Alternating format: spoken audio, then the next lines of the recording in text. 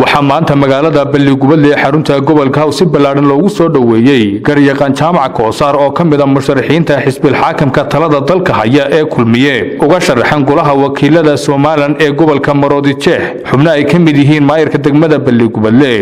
Cabdi Iimaan Jaamac xildhibaano iyo siyaasiyiin ka tirsan xisbiga kulmiye iyo qaar kamid ah musharaxiinta xisbiga kulmiye uga tartamaya degmada Balligubadle iyo boqolaal kamid ah bulshada kala duwan ee ku dhaqan magaalada Balligubadle xarunta gobolka Hawd ayaa musharax garyaqaan jaamac Koosaar si balaaran ugu soo dhaweeyay duleedka waqooyi ee magaalada Balligubadle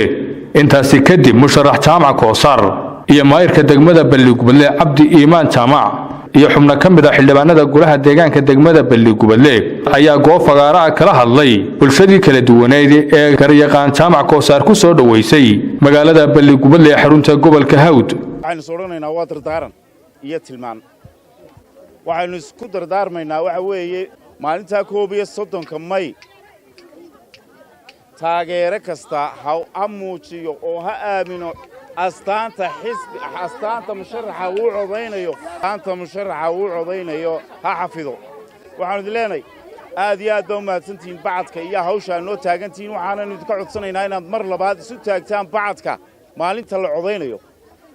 oo soo saartaan ragga musharaxiinta xisbiga kulmiye ee aan ka midka ahay ee taagan goobta Allahu akbar xisbiga kulmiye ha guulaysto musharaxiinta xisbiga ha guulaystaan maanta waa dardaaranaya gabagabo waxaanu ku dardaarmaynaa xisbiga kulmiye waa xisbiga horumarinta shacabka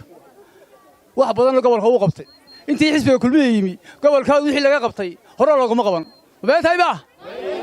imika wixii harayna waanu qabanaynaa hadii Ilaahay nafsoo daayo waxaan leenahay calaamadaydu aniga waa 202 maanta waxaanu soo gabagabaynaynaa kaambeynkii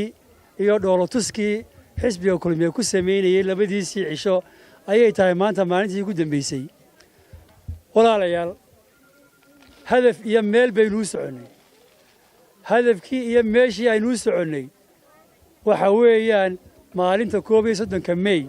ee codka lagu ridayo sida xamaasadda iyo xiisaha iyo milgaha leh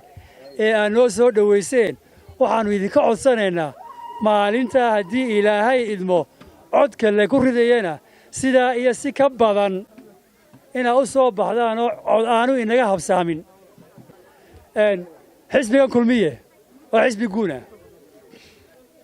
waa markii saddexaad ee uu tartan galo tartamadii hore xisbiga kulmiye uu ku soo guuleystay waxqabadkiisii iyo waxtarkiisiina waa la arko waa la taabtay ma aha wuxuu ballan qaadayo wixii uu waday buu dhameystiraya hadii Ilaahay ma doorkana calaamadda aan ku sharaxanahay ee calaamadii noqonaysa